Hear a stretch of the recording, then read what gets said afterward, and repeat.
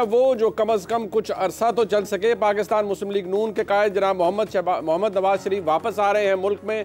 21 अक्टूबर की date final है। मियाँ साहब ने आने से पहले एक ऐसी तकरीर कर डाली जिसके बाद पाकिस्तान मुस्लिम लीग नून खुद बैकफुट पर चली गई और सवालात ये होने लग पड़े कि क्या मियाँ नवाज शरीफ खुद इक़्तिदार में वापस आना चाहते हैं भी या नहीं। क्या मियाँ नवाज शरीफ इंडिस्पेंसिबल हैं पाकिस्तान मुस्लिम लीग नून के लिए या मुस्लिम लीग नून इंडिस्पेंसिबल है आज के हालात के लिए। बेशक पाकिस्तान मुस्लिम लीग नून के वज़ीर आज़म जो रहे PDM की क़यादत करते रहे मियाँ मोहम्मद शहबाज शरीफ, उनका ताल्लुक पाकिस्तान की इस्टेब्लिशमेंट से मिसाली रहा और काफ़ी हद तक मामलात दुरुस्त भी रहे।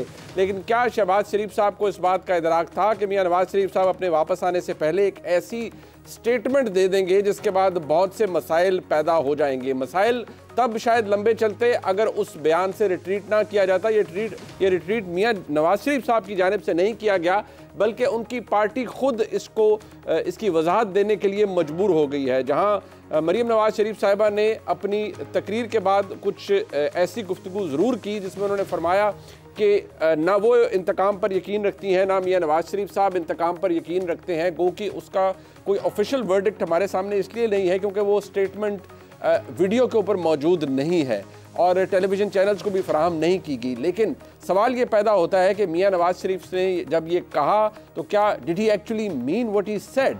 और ये बहुत इम्पॉर्टेंट बात है। पाकिस्तान में एहतसाब का नारा लगाकर बहुत से सियासतदान वापस आने की बात ज़रूर करते हैं, रेक्टिफाई करने की बात ज़रूर करते हैं, लेकिन ये किस हद तक मुमकिन है किसी भी सियासी जमात के कायद के लिए, चाहे वो कितना भी मकबूल हो, क्या ये काम इतना ही आसान हो जाता है। और ख़ास तौर पर उन लोगों के एहतसाब की बात की जाए जो कि पाकिस्तान के पावर कॉरिडोर्स के अंदर रहे हैं, रहते हैं और शायद सर्विस से जाने के बाद भी उनका ताल्लुक, उनका राब्ता ख़त्म इसलिए नहीं होता क्योंकि इदारा उनकी ओनरशिप लेना कभी नहीं छोड़ता। चाहे वो साबिक फ़ौजी डिक्टेटर जनरल परवेज़ मुशर्रफ साहब हों या जनरल कमर जावेद बाजवा हों या जनरल फैज़ हमीद साहब हों, कम से कम इस बात का अंदाज़ा अब बहुत से लोगों को हो गया है। गो कि ये बातें तल्ख़ हैं, उसूलों के ऊपर तो कोई कॉम्प्रोमाइज़ होना नहीं चाहिए, लेकिन ज़मीनी हक़ाइक़ ऐसे हैं जो कि मेरे आपके कहने से तो बदलते नहीं।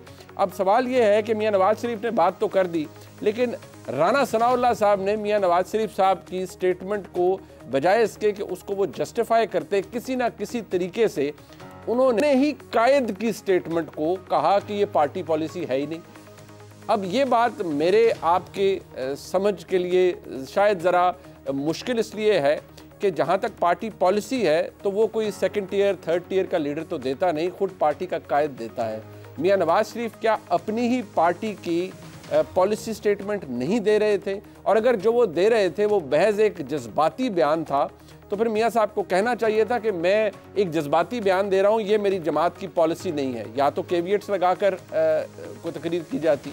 सारी चीज़ों का जिक्र होता है, मिर्च मिसाला भी होता है। अब पता नहीं बात एहतसाब की है और मियाँ नवाज शरीफ साहब जो गुफ्तगू फरमा रहे थे तो कम से कम मैं ये नहीं कहूँगा कि मियाँ नवाज शरीफ मिर्च मिसाला लगा रहे थे। वो बात कर रहे थे उन लोगों के एहतसाब की जिन लोगों ने उनको इक़्तिदार से निकाला। वो उनको मियाँ साहब तो बड़े आसानी से उन्हें पॉइंट आउट कर देते हैं कि वो कौन लोग थे। लेकिन मैं आपको मुख्तसर से एक कोलाज के अंदर ये बात ज़रूर बताऊँगा कि मुस्लिम लीग नून की ये बयानिए की जंग, ये मफाहमत मज़ाहमत की जंग नई नहीं है।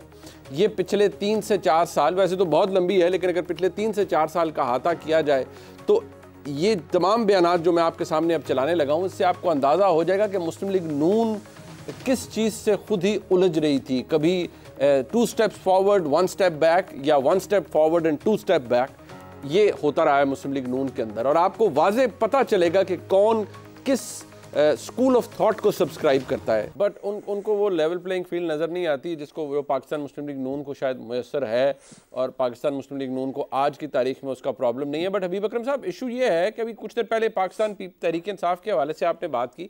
अब जो 9 मई के बाद हो चुका है और इस वक्त अगर पार्टी की सूरत हाल देखी जाए, मतलब चेयरमैन तहरीक इंसाफ जेल के अंदर, शाह महमूद कुरैशी जेल के अंदर, पार्टी की फर्स्ट बहुत से लोग बहुतात में छोड़ गए, जो नहीं छोड़े वो कुछ जेल में हैं, कुछ इधर उधर हो गए। ऐसी सूरत हाल में प्रॉस्पेक्ट क्या है इलेक्शन के अंदर? देखिए, इलेक्शन में हिस्सा लेना भी एक बात है, लेकिन इलेक्शन जीतना उससे बड़ी बात है। ऐसी सूरत हाल में क्या तहरीक इंसाफ तमाम तर मुश्किलात के आपको फिर भी मैसिव विक्ट्री लेती हुई नजर आ रही है? पॉइंट ये है कि दरअसल जब इलेक्शन होगा जनवरी में, हम फर्ज कर लेते हैं कमीशन ने ठीक ही कहा होगा और जनवरी के आखिरी हफ्ते में इलेक्शन होगा, इसका मतलब ये है कि जो इलेक्शन शेड्यूल है वो 57 दिन पहले का होगा। यानी आप यूँ कह लिए कि 1 दिसंबर से ऑनवर्ड कहीं बात शुरू हो जाएगी और कागजात नामजदगी जमा होना शुरू हो जाएंगे वगैरह वगैरह। अब ऐसा कीजिए कि 15 नवंबर को पीटीआई को छोड़ दीजिए, इमरान खान को जेल में रखना रखें, जो मर्जी करें, जाहिर है वो तो वो कानून है। तो पीटीआई को सिर्फ उतना काम करने की इजाजत दे दे जितना जमात इस्लामी को है, जितना टीएलपी को है, जितना पीपल्स पार्टी को है, तो उसके बाद नताइज देख लें। नहीं, बट ये तो आप कह रहे हैं ना इजाजत दे दें। मेरा तो सवाल तो ये है ना कि आप ये इजाजत मिलेगी भी या नहीं मिलेगी, मैं तो सवाल ये कर रहा हूं।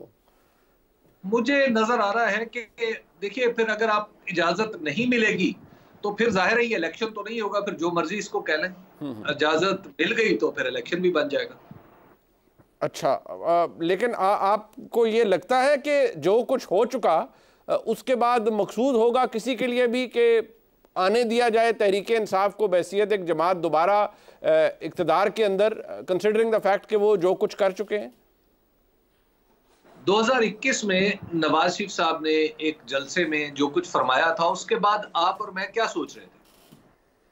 नहीं, लेकिन मियां नवाज शरीफ ने 2021 के गुजरांवाला में पीडीएम के जलसे में, अभी अकरम साहब दुरुस्त बात आपने निशानदेही दुरुस्त की, उन्होंने अल्फाज इस्तेमाल किए कमर जावेद बाजवा साहब, जनरल फैज़ हमीद साहब, उन्होंने मीर जाफ़र मीर सादिक नहीं कहा, डर्टी हैरी किसी को नहीं कहा, ना 9 मई PMLN के खाते में पड़ा। अब मेरा सवाल आपसे ये, considering all this, even then आपको लगता है कि इक्वेट किया जा सकता है PMLN के जराइम जो उन्होंने इस्टेब्लिशमेंट के खिलाफ किए और PTI के जराइम जो उन्होंने मुल्क या इस्टेब्लिशमेंट के खिलाफ किए? देखिए, मुझे जो सूरत हाल बनती हुई नजर आ रही है वो ये है कि जिस मुसीबत में इस वक्त पाकिस्तान तहरीक इंसाफ फंसी हुई है, इस मुसीबत का छोटा सा जुज अब PMLN के ऊपर भी आने वाला है। अच्छा, अगरचे उसमें कोई तनासुब नहीं है, कोई प्रोपोर्शन वाली बात नहीं है, लेकिन मेरी अंडरस्टैंडिंग ये है कि इस वक्त हालात जिस तरफ जा रहे हैं, और मैं बिल्कुल गलत हो सकता हूँ, ये महज मेरी राय है कि मैं हालात को जिस तरह बनता हुआ देख रहा हूँ, मैं उस हवाले से बात कर रहा हूँ। ठीक, तो मुझे ऐसे लगता है कि थोड़ी सी मुश्किल का सामना अब PMLN को भी करना पड़ेगा। ठीक है, और फिर जब इधर सामना होगा थोड़ी सी मुश्किल का, तो थोड़ी सी आसानी पाकिस्तान तहरीक इंसाफ को भी असर आ जाएगा।